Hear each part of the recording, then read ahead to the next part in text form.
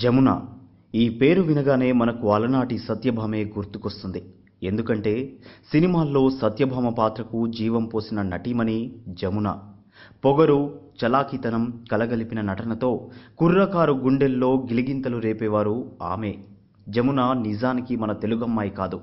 ఆమె కర్ణాటక రాష్ట్రంలోని హంపీలో ఆగస్టు 30, 1936వ సంవత్సరంలో జన్మించింది. ఆమె తండ్రి నిప్పని శ్రీనివాసరావు గారు వ్యాపార నిమిత్తం జమున చిన్నతనంలోనే గుంటూరు జిల్లా దుగ్గిరాలకి రావడం జరిగింది. జమున తల్లి కౌసల్యాదేవి ఆమెకు సంగీతం, హార్మోనియం నేర్పించారు. జమున చిన్నప్పుడు నాటకాల్లో కూడా పాల్గొనేవారు. ఒకసారి మహానటి సావిత్రి గారు ఒక నాటక ప్రదర్శన నిమిత్తం దుగ్గిరాలకు వచ్చినప్పుడు జమున వాళ్ళింట్లో బస చేశారు. ఆ తరువాత సావిత్రి గారు జమునని వెండితెరకి ఆహ్వానించారు. అలా జమున తన 14వ ఏటనే సినిమాల్లో హీరోయిన్గా రంగప్రవేశం చేశారు. ఎన్టీఆర్తో దొంగరాముడు, మిస్సమ్మ, భూకైలాష్, గులేబా కవలి కథ, రాముడు భీముడు మొదలగు సూపర్ హిట్ చిత్రాల్లో, ఏఎన్ఆర్తో మూగ మనసులు, గుండమ్మ కథ, ఇల్లరికం వంటి ఎన్నో గొప్ప చిత్రాల్లో నటించి మెప్పించారు. మిస్సమ్మ సినిమా ఆమె జీవితంలో తొలి మైలురాయిగా చెప్పుకోవచ్చు. శ్రీకృష్ణ తులాభారంలో ఆమె చేసిన సత్యభామ పాత్ర ఇప్పటికీ ప్రేక్షకుల గుండెల్లో చిరస్మరణీయం. కారణాలేమైనప్పటికీ ఏఎన్ఆర్, ఎన్టీఆర్లతో జమునకి తగాదాల కారణంగా దాదాపు 3 సంవత్సరాల పాటు ఆమెకు సినిమా అవకాశాలు కల్పించలేదు. తరువాత చక్రపాణి గారు ఇరుపక్షాలకి రాజీ కుదిర్చి తిరిగి జమున గారికి నటించే అవకాశం కల్పించారు. అలా తన నటనా ప్రస్థానం తిరిగి ఉవ్వెత్తున ఎగిసిపడింది. ఇదే సమయంలో వారి దగ్గరి బంధువు జూలూరి రమణారావు గారితో జమునకి వివాహం కుదిర్చారు. రమణారావు గారు పెళ్లి తర్వాత కూడా సినిమాల్లో నటించేందుకు అంగీకరించడంతో సంతోషంగా పెళ్లికి ఒప్పుకున్నారు జమున.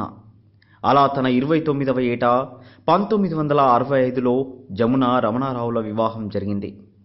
నిజానికి జమున తల్లిదండ్రులది కులాంతర ప్రేమ వివాహం అయినప్పటికీ జమున గారికి మాత్రం ప్రేమ పట్ల సదభిప్రాయం లేకపోవడం వల్ల ఆమె పెద్దలు కుదిర్చిన వివాహం చేసుకున్నారు. పెళ్లి తర్వాత కూడా ఆవిడ చాలా గొప్ప చిత్రాల్లో నటించారు. వారికి 2 పిల్లలు, అబ్బాయి వంశీకృష్ణ, అమ్మాయి స్రవంతి హైదరాబాద్లోనే నివాసం ఉంటున్నారు. జమున గారు 1980లో కాంగ్రెస్ పార్టీలోకి ప్రవేశించారు. 1989లో రాజమండ్రి నియోజకవర్గం నుండి లోక్సభకు ఎన్నికయ్యారు. తరువాత తాను రాజకీయాల నుండి వైదొలిగినప్పటికీ బీజేపీ తరపున 1990వ దశకంలో ప్రజాసేవ చేశారు. జమున గారు 1968లో ఫిలింఫేర్ అవార్డు, 2008లో ఎన్టీఆర్ నేషనల్ అవార్డు సంపాదించుకున్నారు. జమున భర్త రమణారావు గారు 2014లో గుండె సంబంధ వ్యాధితో మరణించారు. ప్రస్తుతం జమున గారు తూప్రాన్లోని అభ్యాస ఇంటర్నేషనల్ పబ్లిక్ స్కూల్లో బోర్డ్ ఆఫ్ డైరెక్టర్గా వ్యవహరిస్తున్నారు.